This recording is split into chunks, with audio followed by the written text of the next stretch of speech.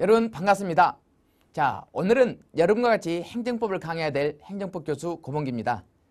행정법에 대해서 어떻게 공부를 했으면 가장 쉽게 공부할 수 있고 그 다음 만점을 맞을 수 있는 방법이 있을까, 그 다음 효율적으로 공부하는 방법, 자 이런 것들을 오늘 여러분과 같이 살펴보도록 하겠습니다. 자, 한 가지만 더, 여러분들이 행정법에 대해서 난해하고 그 다음 법과목이라고 생각해서 좀 어렵겠다 생각했지만은 실제로는 너무나 재미있고 흥미진진한 과목입니다. 자, 왜 흥미진진하고 아주 쉬운 과목인가에 대해서는 오늘 제 설명을 잘 들어주시면은 여러분에게 아주 좋은 결과가 있을지도 모르니까 잘 들어주시기 바랍니다. 자, 지금부터 행정법 자 살펴보도록 하겠습니다. 자, 먼저 자 우리 행정법에 대해서 공부할 때 시스템이 있습니다. 무턱대고 공부하는 것보다도 체계적인 조건을 갖추어서 차근차근 공부하는 단계가 있죠. 그 단계를 거쳐서 공부를 하게 되면은 행정법은 쉽게 득점할 수 있는데, 그 중에서 가장 중요한 분야가 바로 기본적인 학습 전략이 되겠습니다. 첫 번째, 여기 기본 이론에 충실해야 하는 것입니다. 자, 우리 행정법은 분량이 상당히 많습니다. 자, 많기 때문에 이것을 압축할 수 있는 그러한 요점 정리, 이게 반드시 필요하죠. 나중에 설명하겠지만은, 자, 우리 행정법이 나중 시험을 볼 때 압축해서 요약 정리가 있어야만이 최종 정리 단계에서 시간을 효율적으로 활용할 수 있습니다. 그래서 가장 중요한 것은 먼저 기본 이론에 충실하자 이겁니다. 그 다음 오늘의 하이라이트가 될 수 있는 바로 과학적인 학습 방법입니다. 이건 제가 끝으로 한번 시범을 여러분에게 보려고 하는 겁니다. 아무것도 모르는 상태에서 오늘 처음 수업 들었을 때 과연 나에게 100%, 90%도 아닙니다. 100% 들어올 수 있냐 없냐. 자, 이건 제가 한번 테스트를 한번 여러분들에게 해보도록 하겠습니다. 그 정도로 행정법이 과연 어려운지 쉬운지 바로 이 과학적인 학습 방법을 통해서 공부해 보도록 하죠. 자, 이것은 4차원적 학습 방법이고 이것은 그림으로 여러분에게 쉽게 강의를 하려고 합니다. 그 다음 세 번째, 자, 우리 행정법이 20문제가 출제가 되죠. 그런데 그 중에서 17문제에서 18문제가 행정법 판례. 자, 이 판례라고 하면 바로 대법원에서 내린 판결문, 바로 이것을 그대로 물어보는 거죠. 모든 수험생들의 무덤이라고 할 수 있는 분야라고 얘기할 수 있죠. 한 가지만 더 자세하게 말씀드리면 20문제에서 17문제라면 상당한 문제입니다. 자, 그 문제를 맞힐 수 있냐 없냐, 이건 전부 판례가 나오기 때문에 판례를 요약할 수 있는 그런 능력이 있어야 되죠. 자, 요건 역시 우리 행정법의 최고의 핵심이라고 할 수 있겠습니다. 그 다음 실전 경험을 축적, 최종 문제풀이. 아무리 실력이 있다 하더라도 문제풀이를 해야만 되죠. 실전에 강해지려고 하면은 문제풀이 단계에서 충분히 경험을 쌓아야만이 실전에서 만점을 맞을 수가 있습니다. 예를 들어서 내일 모레 전쟁터를 나가는데 무조건 총만 들고 나갈 수는 없죠. 다시 말해서 훈련도 하고 여러 가지 깊은 지형도 숙지하고 여러 가지 준비 조건을 철저해야 되는 겁니다. 그러고 나서 전쟁터에 임했을 때 우리가 승산이 있는 것처럼 공무원 시험도 마찬가지입니다. 무조건 이론만 공부하고 시험장에 갈 것이 아니라 다시 말해서 여러 가지 문제 형태를 풀어보고 난 다음 실전에 투입되면은 효율적이지 않겠는가 생각하는 겁니다. 이것은 비단 우리 공무원 시험뿐만 아니라 모든 수험생들이 갖춰야 할 가장 기본적인 방법이라고 말할 수 있겠습니다. 자, 그래서 이것은 더 이상 말할 필요가 없죠. 그래서 이 문제풀이, 가장 중요한 것은 이 문제풀이가 그냥 단다신 문제풀이가 아닙니다. 미리 앞서가는 문제라고 얘기할 수 있죠. 좀 더 쉽게 말하면 예를 들어서 수험에서는 이러이러한 형태의 문제가 나왔는데 그 형태보다 더 낮은 단계의 문제를 풀면 이건 효과가 없는 거죠. 자, A라는 문제가 기출문제죠. 그럼 이 기출문제보다도 더 급이 높은 문제를 풀어야만이 그 다음에 출제되는 문제를 맞출 수 있는 거죠. A라는 기출문제보다도 한 단계 낮아버리면 그런 문제 형태를 풀게 되면은 아무리 많은 문제를 풀어도 이것은 효과가 없게 되는 것입니다. 그래서 저 같은 경우는 상당히 어렵고 고난도 이것을 쉽게 풀 수 있을 정도로 아주 수능 형태로 다양하게 사례형을 넣어서 문제를 구성해 봤습니다. 20문제 중에서 거의 모든 문제가 케이스 문제로 나오는 확률이 많습니다. 그중에서 한 50%가 케이스 형태로 물어보는 거죠. 그것을 맞출 수 있는 능력이 있어야 되겠죠. 그러면 고급 문제를 풀어야만 되는 거죠.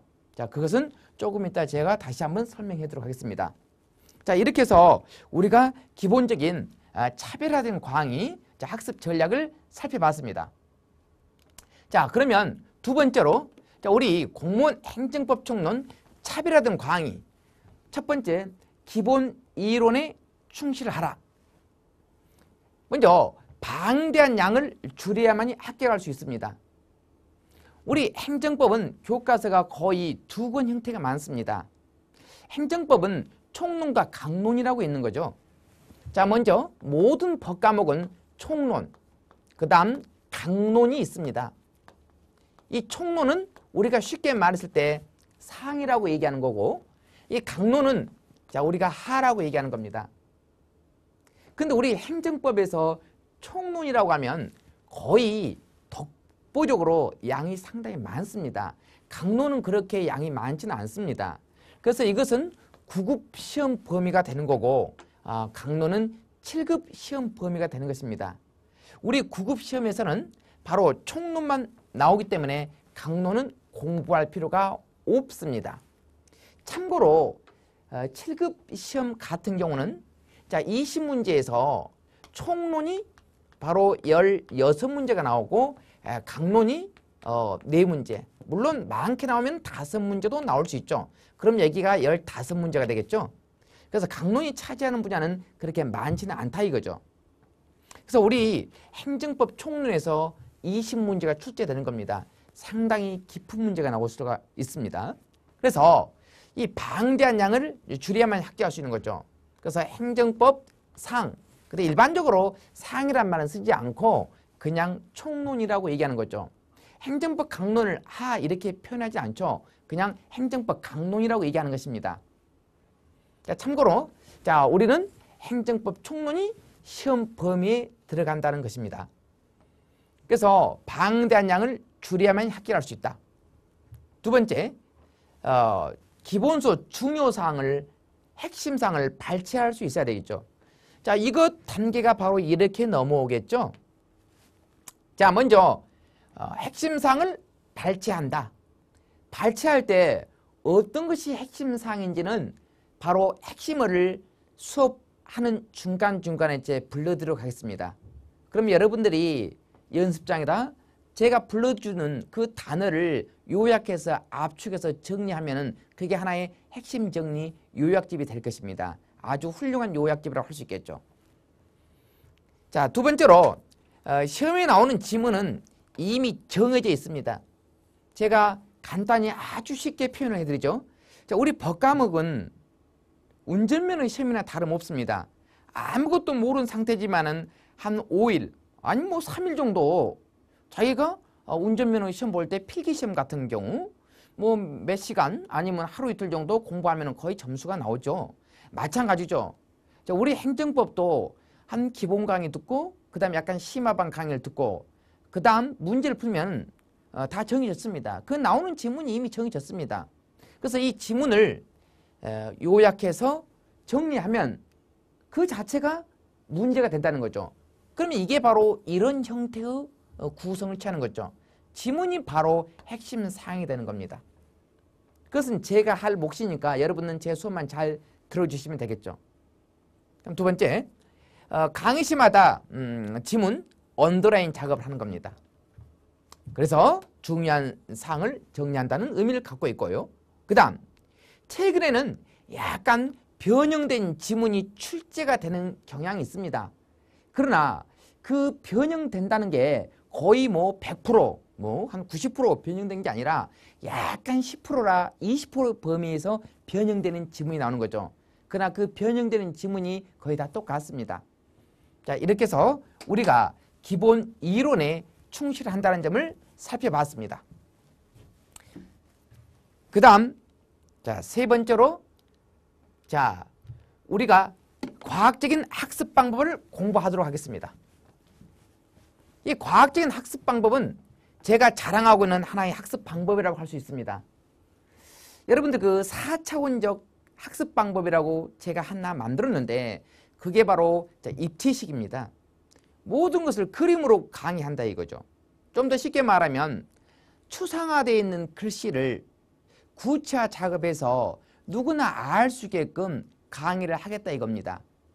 그래서 제 강의를 한번 듣고 난 다음에 다시 공부를 하지 않아도, 물론 공부를 하면 더 좋겠죠. 하지 않아도 그 기억이 오랫동안 남을 수 있게끔 그야말로 구체적인 예를 들어가면서 강의를 하는 학습 방법이죠. 자, 들어서 그림과 함께 소개해가면서 강의를 하도록 하겠습니다. 그게 바로 4차원적 첨단 그림을 소개한다는 의미가 되겠습니다. 자, 이것은 추상적인 법률을 구체화하는 작업이죠.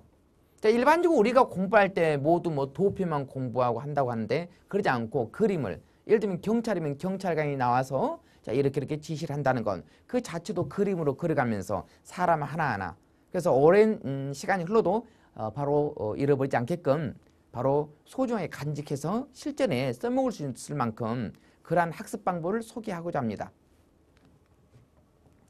자, 그 다음에 우리가 네 번째 바로 판례입니다. 가장 중요한 게 판례라고 할 수 있죠. 앞서 얘기했듯이 20문제에서 바로 17문제, 해마다 17문제, 또 어쩔 때는 뭐 18문제가 나올 수도 있습니다. 또 심지어는 19문제까지 나온 적도 있습니다. 그 정도로 판례가 차지하는 비중은 높죠. 그럼 도대체 판례가 어떤 내용이냐? 판례는 쉽습니다. 그리고 말 절대 바꾸지 않아요. 우리 수학 같은 것은 응용 문제가 있지만은 우리 판례는 응용 문제가 없습니다. 예를 들어서 제가 한번 설명해 볼게요. 자, 음주운전을 했죠. 자, A라는 사람이 일종 보통과 일종 대형 면허, 일종 대형은 버스죠. 그 다음에 일종 보통은 15인승 이하 면허죠. 근데 두 가지 면허가 있는 사람이 자, 술 먹고 일종 보통을 음주운전했습니다. 자, 이 경우 취소되는 것은 물론 이제 일종 보통과 일종 대형이 다 취소되는 거죠. 자, 이건 나중에 제가 설명해 드립니다. 근데 이러한 형태가 그대로 나오는 거죠. 근데 이것을 뭐 2종 보통, 뭐 1종 특수 이렇게 물어보지는 않습니다. 있는 그대로 물어보는 거죠. 원동기 장치 이렇게 물어보지 않습니다. 그 형태를 그대로 물어보는 거니까 우리가 그 판례를 그대로 요약해서 압축하면은 아주 득점할 수 있는 과목 중에 하나죠. 그래서 어떤 분들은 행정법이 재밌다라고 얘기하는 거죠. 또 득점할 수 있다라고 얘기하는 겁니다. 그래서 우리 공무원 시험 중에서 가장 많이 선택하는 과목 중에 하나라고 할 수 있습니다. 자, 어찌됐든 자, 우리 판례 너무너무 중요하다는 것 꼭 알아주시기 바랍니다. 그리고 이 판례는 이렇습니다. 우리가 2015년 예를 들면 뭐 5월도 좋고 6월도 좋고 5월달 공무원 시험이 있다고 얘기할 때 언제까지 판례를 공부해야 되냐? 그것은 바로 2014년 5월치, 그러니까 1년 정도가 되겠죠. 1년 전치 판례는 알고 있어야 되는 겁니다. 근데 이게 꼭 그렇지는 않습니다. 2014년 6월부터 해서 2015년 예를 들면 뭐 4월달까지 정말로 우리 사회에 너무너무 획기적인 사건이 일어나서 정말 충격적인 판례, 아주 영향을 미칠 수 있는 그러한 판례, 시사적인 판례라고 얘기하는 겁니다. 뭐 그런 경우는 거의 없었어요. 그러나 있는 적도 있었는데 그게 바로 시험에 출제가 되는 경우도 있습니다.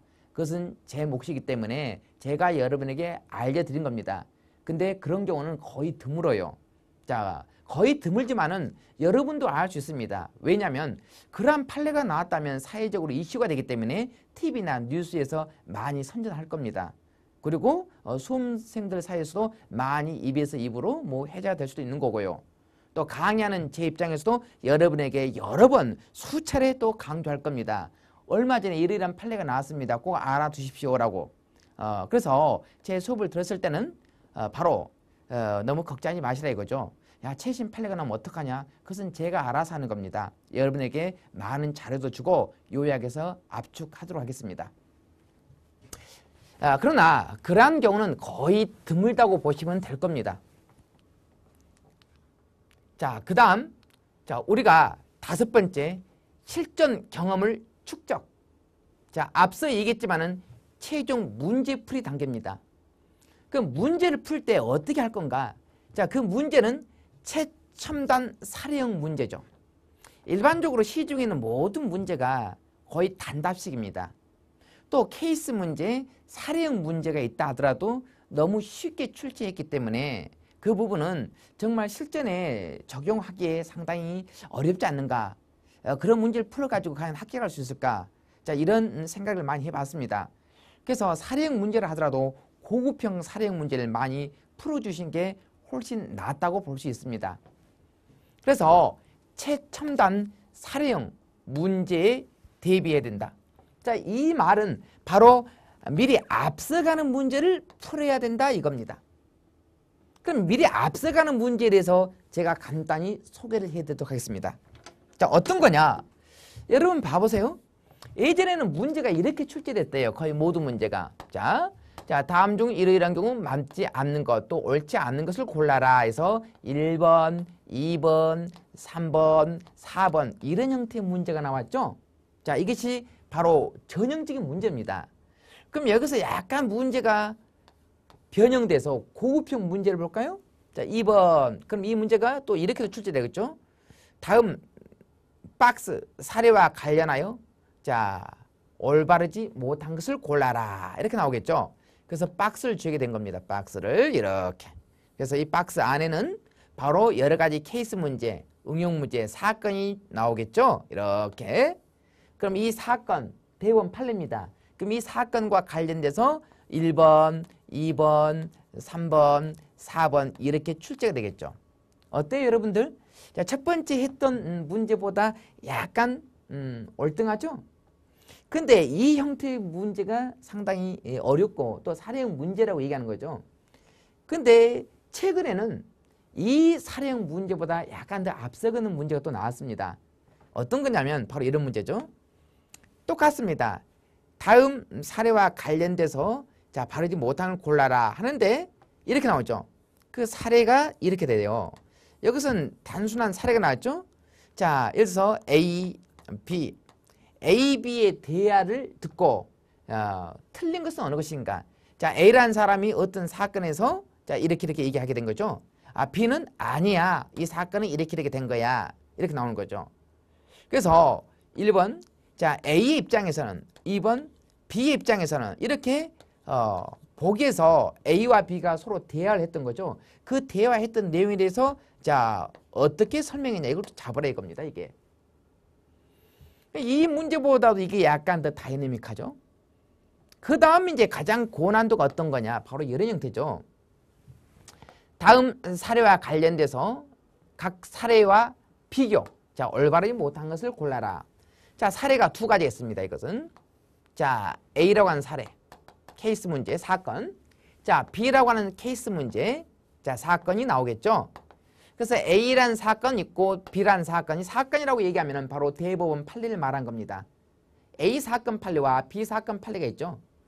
자, 그러면 먼저 첫 번째 1번에서 A 사건과 B 사건의 공통점, A 사건과 B 사건의 차이점, A 사건과 B 사건에서 각각 어떤 점이 있다. 자, A는 이렇고 B는 이렇고 자, 이렇게 해서 언급이 되겠죠. 이 정도까지 문제가 진화가 된다 이거죠. 그래서 저는 여기까지 다 해왔습니다. 우리 구급시험 문제에서 이런 형태는 당연히 나오고 자, 이 형태와 이 형태는 거의 20문제에서 한 문제 정도 나올 확률이 크고 자, 이런 형태의 문제가 거의 한 10문제 정도 나오죠. 그런데 가끔 이런 형태의 문제도 나올 수가 있습니다. 나온 적도 있었고요. 그래서 저는 바로 최고난도 자, 요 형태의 문제를 많이 풀어보도록 하겠습니다. 요 형태의 문제라고 하면 바로 요것과 요것과 요것을 모두 플러스 시켜서 문제를 많이 구성하도록 하겠습니다. 어떻습니까? 자, 이러한 형태의 문제라고 하면은 누구나 만점을 맞을 수 있는 그러한 대비체라고 볼 수 있겠죠. 그게 바로 제가 말씀드린 최첨단 사례형 문제라고 볼 수 있습니다. 자, 이렇게 해서 문제풀이가 가장 중요하다는 점은 제가 여러 번 강조하지 않아도 여러분들이 마음속에 잘 간직해 주시기 바랍니다. 그 다음 6번째 기타 부속법령이라고 있습니다. 자, 우리 행정법 20문제 중에서 많으면 2문제, 적게는 1문제, 어쩔 때는 3문제까지 나오는 적도 있습니다. 근데 그런 경우는 거의 뭐 출제에서 약간 벗어나는 거고 일반적으로 2문제가 나오는 겁니다. 근데 수험생들이 바로 이 부속법령 문제관에서는 3번 찍습니다. 나는 몰라 이렇게. 왜냐하면 너무 어렵게 생각하는 거죠. 법에 적어진 글씨 하나하나를 분석하는 겁니다. 근데 그럴 능력이 안 되죠. 어떻게 지문, 어떤 형태로 변화가 되는지 그걸 알고 있어야 할 텐데 너무 어렵고 그다음에 그 지문을 찾아낼 수가 없다 이거죠. 근데 제 같은 경우는 이 지문을 전부 다 분석했습니다. 문제를 보지 않고 동그라미 1번, 2번, 3번, 4번만 봐도 충분히 답을 골라내릴 수 있는 그런 형태라고 볼 수 있습니다. 아주 쉽죠? 자, 먼저 우리 기타 부속법령이죠. 우리 행정법에서 아주 중요한 법이 뭐 많습니다만은 그 중에서 한 8가지 정도가 있습니다. 이렇게. 자, 첫 번째로 보면은 바로 행정절차법이 있습니다. 두 번째로 공공기관 정보 공개하는 법률이 있고요. 세 번째, 네 번째, 다섯, 여섯, 일곱, 여덟 번째. 자, 이러한 법이 있죠. 자, 이 법에서 2문제가 나오는데 이것 분량도 만만치 않죠. 근데 이미 지문은 정해진 겁니다. 가장 중요한 것이 바로 이거죠. 이건 무조건 나와요. 그 다음 공공기관 정보공개법 나옵니다. 3개 중요도로 말하면은 개인정보보호법. 하도 개인의 인적사항이 유출되는 경우가 많죠. 그래서 얼마 전에 만들어진 법이죠. 개인정보보호법. 최근에는 이 문제가 더 많이 나와요. 그 다음 국민권익위원회 신문고입니다. 억울한 일 당하면은 하소연하라 이거죠. 국민권익위원회 가서 요거 또 나오고요. 질서위반의 규제법. 이것도 최근에 만들어진 법입니다. 거의 뭐 담배꽁초라든가 뭐 도로 지나가면서 가래침을 받거나 뭐 이런 사람들 뭐 기초 사범이죠. 자, 과태료를 부과하는 겁니다. 그래서 바로 이게 일명 과태료와 관련된 법이라고 얘기를 하는 거죠. 그래서 과태료 관련된 일반법. 재밌습니다. 이 법도. 어떻게 과태료를 부과하고 어떻게 과태료에서 불만이 있으면 이걸 불복하는 건가. 자, 그러한 내용을 담고 있는 게 바로 질서위반행위 규제법이죠. 그 다음 행정조사기본법. 이것도 최근에 만들어진 법이죠. 우리가 보면은 업소 단속하러 가는 거죠. 시장, 군수, 구청장, 그 시청에서 어떤 업소를 단속하러 가는 거죠. 또 식약처에서 식품의약품안전처에서 어떤 업체를 단속하는 거죠. 이게 과연 중국산인지 중국산이 아닌지 김치 같은 거. 자, 그런 거 단속하러 갈 때는 무작정 가면 안 되잖아요. 이러이러한 절차를 거쳐서 이렇게 해서 방문해 가서 절차를 거쳐서 조사를 해라. 뭐 이런 것들이 바로 행정조사기본법이죠. 그 다음 우리가 시청, 군청, 그 다음에 이런 데 방문했을 때 어떤 서류를 갖다 발급을 요청하는 거죠. 그때 공무원이 우리 민원인에게 이러이러한 절차를 거쳐서 이렇게 해줘야 된다. 다시 말해서 민원 사무 처리에 관한 법률입니다. 그 다음 행정규제기본법. 이건 뭐 그렇게 중요한 건 아니죠. 뭐 행정규제법 또는 행정규제기본법이라고 얘기하는 겁니다. 자, 이렇게 해서 8가지 부속법령이 있습니다. 이 부속법령 중에서 2문제가 나오는 거죠. 그런데 가장 중요한 파트는 또 요겁니다. 어떤 거냐면 자, 최근에 개정된 법령이 있는 거죠. 가끔 이 법이 바뀌거나 고쳐지거나 폐지되거나 새롭게 어떤 부분이 추가되는 그런 분야도 있습니다. 자, 그런 부분은 꼭 시험에 나오는 겁니다. 그것은 제가 강의하면서 여러분에게 자세히 잘 알려드리도록 하겠습니다. 자, 이것을 일명 우리가 부속법령이라고 얘기하는 거죠. 재밌습니다. 그런데 가장 중요한 것이 바로 행정절차법이라는 것 정도는 여러분이 익혀두시기 바랍니다. 행정기관이 어떠한 행위를 할 때는 이러이러한 절차를 거쳐서 이렇게 해라라고 하는 법이 행정절차법이죠. 이게 양이 상당히 많습니다. 그래서 2문제가 나온다면 바로 여기서 무조건 1문제가 나오고 나머지 2번, 3번, 4번, 5번, 6번, 7번, 8번에서 1문제가 나오는 것입니다. 물론 8번은 거의 나오지 않고요. 여기서는 무조건 1문제가 나온다고 생각하면 되시겠죠. 자, 이렇게 해서 간단히 기타 부속 법령을 살펴봤습니다. 그 다음 자, 우리가 이 암기상해라고 있죠. 이 암기상가의 핵심 지문 정리가 있습니다. 자, 이건 어떤 건가? 우리가 20문제가 출제되는데 거의 15문제, 16문제는 그야말로 지문이 상당히 장문이고 뭐 짧은 지문은 거의 없습니다. 근데 그런 문제를 읽다 보면 시간이 다 흘러가 버려요. 그래서 20문제를 풀 때 실제로는 그 지문을 다 읽어버리면 벌써 한 40분 정도 걸리는 겁니다. 그래서 바로 가장 간단히 0.5초 만에 답을 골라낼 수 있는 방법이 있습니다. 내가 A라고 하는 이론을 다 공부했어요. 그런데 이것을 읽고 보면은 시간이 많이 걸려요. 그럼 내가 많은 아는 지식이 있다 하더라도 바로 우리 모든 것은 시간과의 싸움인데 쉽게 정답을 골라내야 할 텐데 시간이 흘러가 버리면 그 다음 문제도 영향을 받게 되는 거죠. 그래서 제가 개발한 게 바로 어떤 건가? 바로 암기사항이라고 할 수 있죠. 우리 행정법에서 암기사항이 한 200개 정도 있습니다. 자, 그 200개 정도만 알고 있으면은 실제로 한 70점 정도는 맞습니다, 사실은. 근데 70점 맞아가지고 안 되죠. 우리는 행정법은 만점을 맞아야 되는 것입니다. 70점은 안 되는 겁니다. 그래서 자, 이 암기사항, 요것은 바로 문제를 0.5초 만에 풀 수 있는 신속성을 배양해 준다는 점에서 아주 장점이 될 수 있겠죠. 자, 이 경우는 또 시험 시간을 압축, 그죠? 그다음에 다른 과목에 도움을 줄 수 있습니다. 우리 행정법 문제를 20문제를 10분 안에 풀 수 있습니다. 그리고 남은 시간은 다른 과목에 배정하면 훨씬 낫습니다. 원래 모든 수험생들은 법 과목을 빨리 풉니다. 빨리 풀 때는 바로 이러한 암기사항, 이게 필요하다. 자, 이것은 빨리 푸는 방법입니다. 자, 어떤 학생들은 이 암기를 안 하려고 하는데 실제로는 암기해야 할 분야가 몇 군데가 있습니다. 이걸 절대로 간과해서는 안 되겠죠.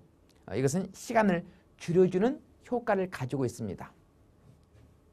그 다음 지금까지 했던 내용을 한번 정리해 보도록 하겠습니다.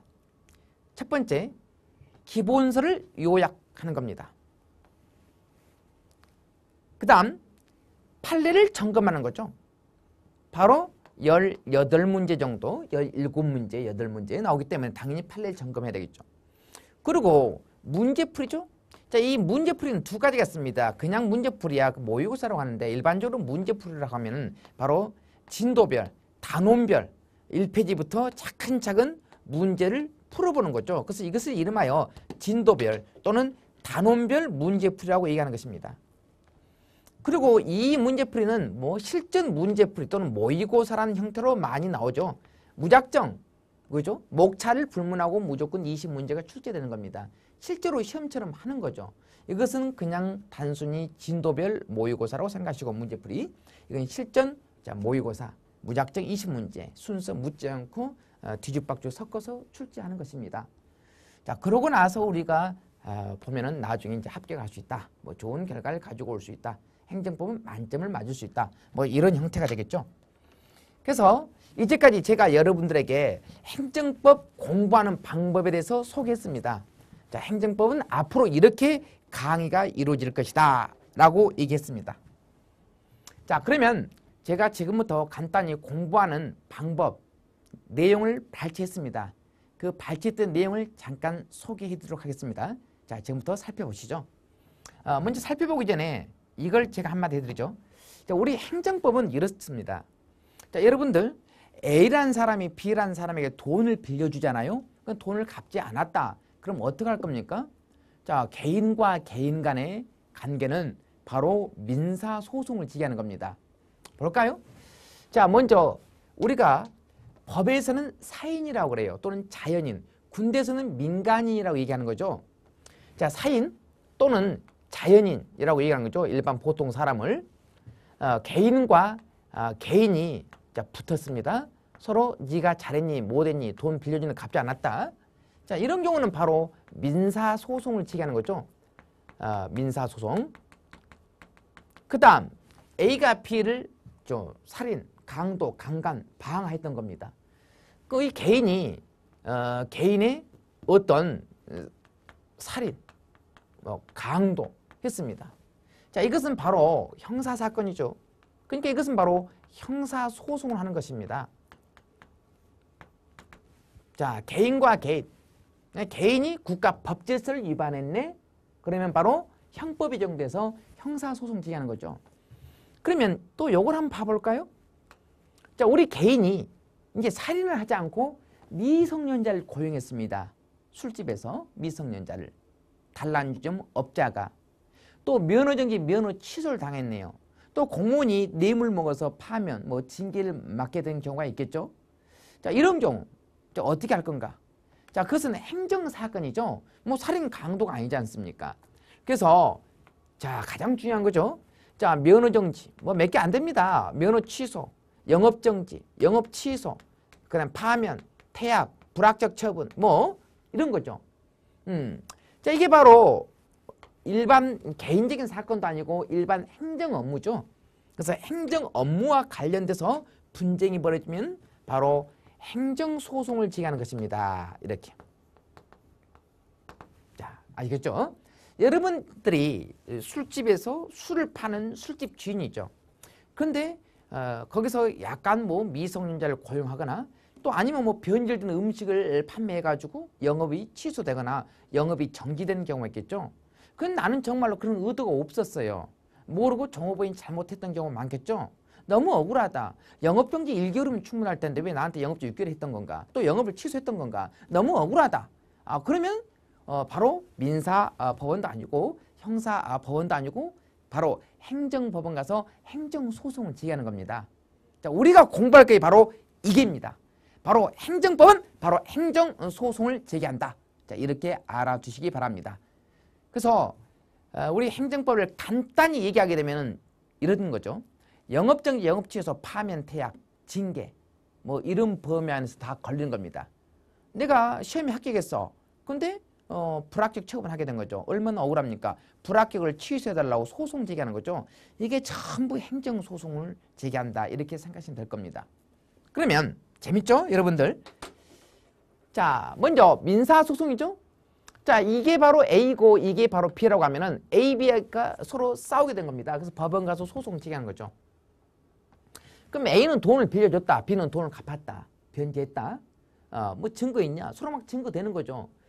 그래서 소송하는 겁니다. 그럼 A가 먼저 소송을 제기했다 이거죠. 그럼 이게 원고죠. B가 소송을 받아주면은 응하면은 이게 피고가 되겠죠. 그래서 원고와 피고는 서로 변호사를 선임합니다. 뭐 안 해도 되고 뭐 해도 되고 A 변호사, B 변호사 또 선임하겠죠. A 변호사 아니면 B가 변호사 선임하지 않으면 B가 또 소송을 제기하겠죠. 서로. 그래서 바로 법원에서 서로 싸우게 된 거죠. 자기의 유리한 점을 말로서 서로 싸우게 된 겁니다. 이게 이제 민사소송, 변론주의라고 얘기하는 겁니다.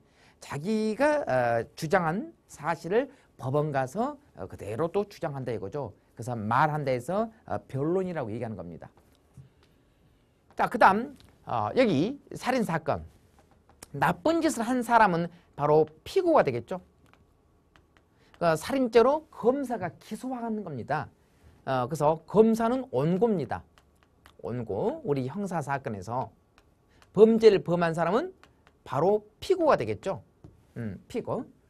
기소라고 하는 말은 무슨 말이냐면 검사가 법원에 세우는 겁니다. 공소제기, 소추, 기소 다 똑같은 말이죠. 기소하면은 피의자에서 피고가 된 거죠. 경찰서에서 조사받으면 피의자, 경찰이 검사한테 사건을 보내주고 검사가 이 사건을 법원에 넘기면은 그 순간 그것이 기소했다 이 말이죠. 그러면 피의자가 피고로 되는 겁니다.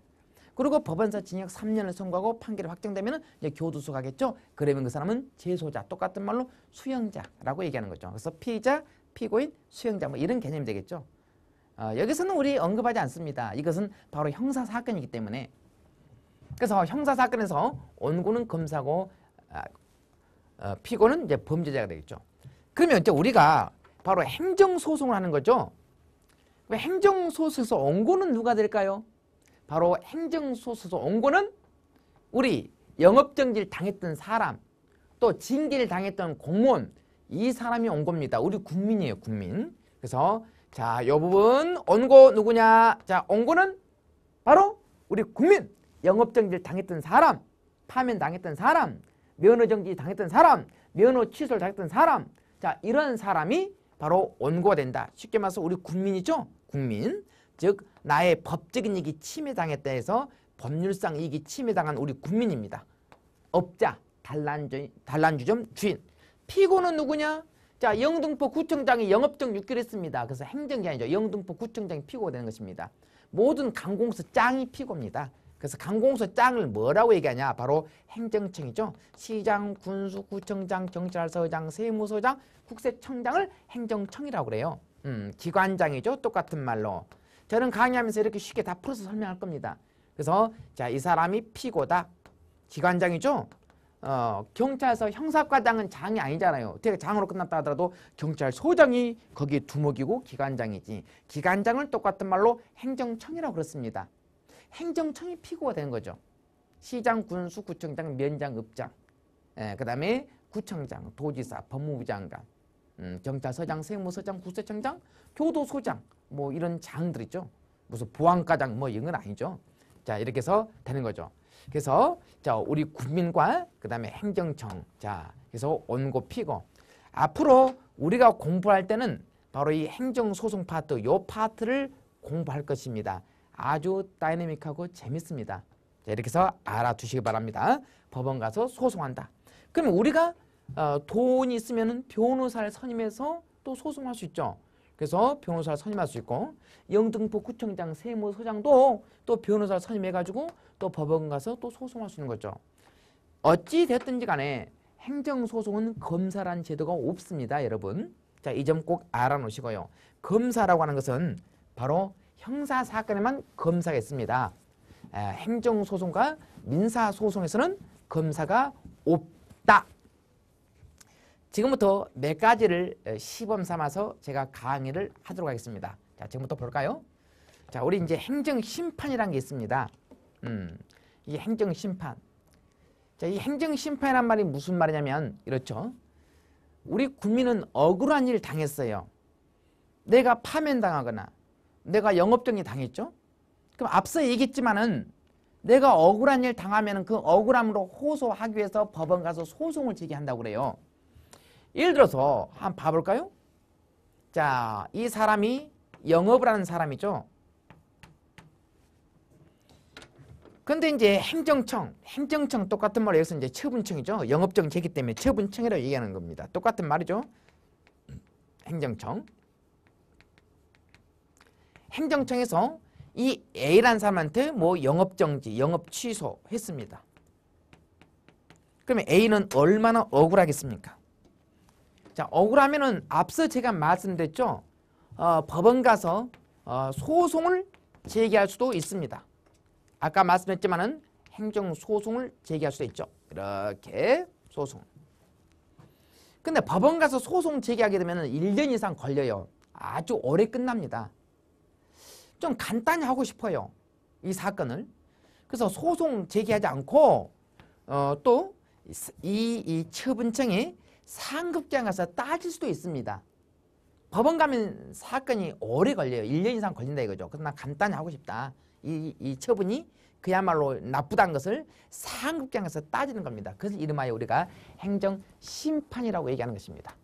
법원 가면은 행정소송, 상급기관 가서 따지면은 행정심판이라고 얘기하는 거죠. 그럼 행정심판이 이 사건을 다시 결정하는 거죠. 똑같은 말로 바로 재결청이라고 그래요.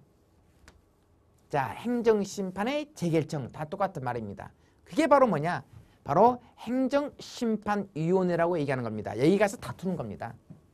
여기 가서 다투는 겁니다. 자, 행정심판은 어디서 하냐 하면은 바로 상급기관 가서 따진다. 그게 어디냐? 바로 특별시, 광역시, 도의만 있습니다. 그래서 일명 특광도 행정심판위원회 이렇게 알아두셔야 되는 겁니다. 특광도. 그럼 이렇게 시험이 나오죠. 어떻게 나오냐면 바로 행정심판 재결청 똑같은 말이죠. 자, 먼저 시장, 군수, 구청장 뭐 이런 사람들이 영업정지했다. 좀 더 쉽게 말하면은 자, 경상북도 안동시장이 영업정지 6개월 했어요. 그럼 A는 불만이 있어가지고 행정심판할 때 그 재결청이 어딥니까? 라고 물어보면은 무조건 행정심판은 특광도 매는 거죠. 그래서 경상북도 행정심판위원회 가서 따지면 되는 것입니다. 구 없습니다. 무조건 특광도 맺는 거죠. 서울 강남구 압구정동 주민센터장이 어떤 처분을 했어요. 그럼 어디 가서 행정심판 재결칭이 어딥니까? 하면은 뭐 강남구 행정심판위원회 없습니다. 최말단이 특별시, 광역시, 도밖에 없어요. 그렇기 때문에 당연히 바로 서울시 행정심판위원회 가서 따진다. 뭐 이런 말이죠. 그래서 잘 알아두시기 바랍니다. 그래서 시장, 군수, 구청장, 뭐 그 이하, 뭐 소방서장, 뭐 이런 것들. 자, 이런 애들이 이러한 행정청에서 어떤 처분을 하게 되면은 법원 가면 돈 들어. 변호사 선임하고 또 오래 걸리고. 그래서 나 빨리 해결해 주세요 하고 상급기관에서 따진다. 이것을 행정심판이라고 그래요. 그럼 그 상급기관이 어디냐? 그 재결칭이 어디냐라고 물어보면 무조건 특광도 행정심판위원회라고 답을 해주시기 바랍니다. 모두 뭐 30명 이내로 이루어졌다. 뭐 이런 거죠. 그래서 바로 서울시 행정심판위원회에서 야, 영등포 구청장, 야, 강남구청장 영업정 6개월 잘못됐어 하고 어떻든 제기를 내릴 수도 있겠죠. 야, 영업정 6개월 참 잘했다라고도 제기를 내릴 수 있겠죠. 그래서 이 재결이 바로 처분청인 B한테 유리할 수도 있고 아니면은 불리할 수도 있고, 이 재결이 A한테 유리할 수도 있고 불리할 수도 있고 뭐 그런 말입니다. 자, 이렇게 해서 우리가 이 부분을 간단히 살펴봤습니다. 그러면 전남 목포시장이 영업정지 6개월 했어요. 그럼 6개월 당한 사람은 어디 가서 행정심판 청구할까요? 재결청은 어디죠? 전라남도 행정심판위원회. 부산 해운대구, 그죠? 구청장이 영업정지 6개월 했습니다. 어디 가서 따질까요? 부산광역시 행정심판위원회. 이렇게. 자, 쉽습니다. 자, 이런 데서 한 문제가 나올 수 있죠. 특광도 행정심판위원회. 하나만 더 해볼까요? 그럼 참 재밌죠? 자, 우리가 하나를 더 해보면은 이제는 약간 이 상위 계급을 한번 더 해보죠. 지금 배운 것은 우리가 특광도였죠. 근데 볼까요? 이제는 특광도와 관련된 부분인데 이제는 이상급이죠. 자, 먼저 특별시, 광역시, 도지사 급, 시장, 군수, 구청장보다 더 높은 특광도한테 당했던 거죠. 국무총리, 장관, 청장, 특별시, 광역시, 도지사, 교육감 뭐 이런 행정기관으로부터 우리 국민이 뭐 영업정지, 뭐 영업 취소를 당하게 된 것입니다. 그러면 A는 열받죠. 좀 더 쉽게 말하면 전라남 도지사가 도시가스업자 영업정지를 하게 된 겁니다. 그럼 전라남도 도지사는 그죠? 영업정지 6개월 했을 때, 자, 이 A는 어디 가서 다툴까요? 행정심판의 재결칭이 어디냐면은 그때는 무조건 서울로 올라와야 돼요. 그게 바로 중앙행정심판위원회 여기까지 올라오는 겁니다. 그래서 중앙행정심판회가 여기서 어떤 결정을 하겠죠. 모두 50명 이내입니다. 자, 이렇게 알아놓으시기 바랍니다. 좀 더 쉽게 말하면은 법무부 장관이 A에게 어떻든 처분했던 거죠. 내가 얼마나 열받아. 야, 법무부 장관이 나한테 처분했던 것이 잘못됐다라고 법원 가서 소송 제기할 수도 있고, 소송 안 하고 한 2개월, 2달 안에 끝내고 싶어요. 그죠? 그러면 바로 행정심판 청구할 때인데, 바로 특광도 이상 계급한테 내가 당했을 때는 중앙행정심판위원회가 된다 이 말이죠. 자, 이런 것들을 물어보는 겁니다. 물어보는 거죠. 경기도지사가 영업정지 6개월 했다. 중앙행정심판위원회. 서울시 교육감은 특별시, 광시, 도지사급이 되는 거죠. 교육장하고 교육감은 틀려요. 교육감이 어떤 처분했을 때도 마찬가지죠. 바로 중앙행정심판위원회가 되겠습니다. 이렇게. 근데 하나만 더 해보죠. 이게 특별기관이죠. 우리 요거 조심하셔야 돼요. 그러면 소방은 지방자치입니다.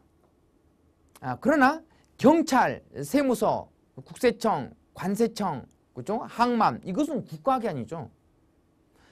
경상북도 구미경찰서장은 국가기관이지 지방자치가 아닙니다. 경상북도 구미소방서는 바로 경상북도에 있는 지방자치가 되겠죠. 그러나 경찰은 국가기관이죠. 세무서, 국세청, 관세청, 경찰서, 교도소 이것은 국가기관입니다. 그래서 그것은 그야말로 특별기관이라고 얘기하는 거죠. 그래서 국가 특별기관한테 당하게 되면은 바로 중앙 와서 따지는 거죠. 그래서 구미 경찰서장이 구미 시민에게 뭐라고 했을 때 구미 시민은 바로 중앙행정심판위원회에서 따지는 겁니다. 잘못됐다고. 그럼 구미 소방서장이 뭐라고 얘기했을 때는 소방은 지방자치죠. 그렇기 때문에 바로 경상북도 행정심판위원회에서 따지는 겁니다. 그것은 지방자치죠. 자, 경찰은 중앙이다. 자, 이렇게 해서 우리가 간단히 행정심판이 어떤 거냐 하면은 바로 이러한 것들이 행정심판이다라고 할 수 있습니다. 여러분 재밌죠? 그래서 이것은 간단한 제가 도표 형태로 물어봤던 것이고 앞으로 강의하면서 이렇게 귀에 쏙쏙 들어올 수 있게끔 제가 강의를 하도록 하겠습니다. 자, 하나만 더 해볼까요? 여러분들에게 또 재밌죠? 자, 먼저 좀 특이한 게 있습니다. 이제는 A라고 하는 사람에게 행정청이 바로 처분청이 뭐라고 했냐? 자, 영업정지라든가 여러 가지 처분했던 거죠. 그게 바로 감사원, 국정원장, 그다음 국회, 법원, 헌재, 중앙선관위, 국가인권위원회, 진실화해를 과거사 정리위원회 이상 없습니다. 여기서 우리 국민에게 뭐라고 얘기했던 거죠. 화가 나는 거야. 근데 따지려고 해. 여기에 상급기관 가서 따지려고 행정심판 재결청 그죠? 갔는데 이 상급기관 재결청이 없더라 이거죠. 와, 왜 없을까요? 그건요, 바로 이 처분청이 그야말로 독자적입니다. 독자적. 여기보다 더 높은 상장이 없어요. 물론 대통령이 있겠지만 대통령은 행정 업무를 해야 돼요. 그래서 바빠요. 바쁘기 때문에 정말로 이 최고 국가기관이라 할 수 있는 거죠. 이 분야에 대해서는. 그래서 좀 억울하지만은 여기는 상급기관이 없습니다. 그럼 어떡할 건가? 다시 여기다가 따져야지. 그러면 이네들이 다시 재결하는 것입니다. 이렇게. 그러니까 이네들 처분청이자 바로 재결청인 것은 이렇게 물어봐요. 그래서 이네들이 어떤 처분을 해놓고 우리 국민이 잘못됐다고 하면 다시 이 기관에 가서 다시 따지는 겁니다. 더 높은 기관이 없기 때문에. 그래서 감사원에서 뭐라고 얘기하면은 또 감사원 가서 다시 한번 심사해달라고 했기 때문에 이네들은 처분청인과 동시에 바로 이네들이 또 재결청이 되는 것입니다. 자, 이렇게 물어보는 거죠. 자, 우리 행정법 상당히 재밌습니다. 재밌고 어렵지는 않습니다.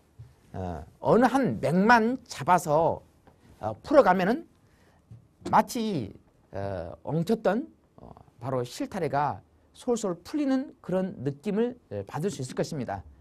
여러분들 저를 만났기 때문에 희망을 가지십시오. 그리고 누구나 만점을 맞을 수 있습니다. 그래서 행정법이란 과목은 누구나 만점을 맞을 수 있고 재밌다 이런 형태로 접근하시면은 여러분들이 만점 맞아서 또 쉽게 합격도 할 수 있겠죠. 그래서 모든 법과목에서 가장 기본이라고 할 수 있는 법과목이 바로 행정법이라고 할 수 있는데, 자, 이렇게 도표를 통해서 또 그림을 통해서 아주 재밌게 강의하도록 하겠습니다. 여러분 다음 시간부터 우리가 강의가 들어가죠. 그때 잘 보고 그 다음에 여러분과 같이 호흡해 가면서 공부를 해보도록 하겠습니다. 네, 여기서 오리엔테이션을 마치도록 하겠습니다. 여러분 감사합니다.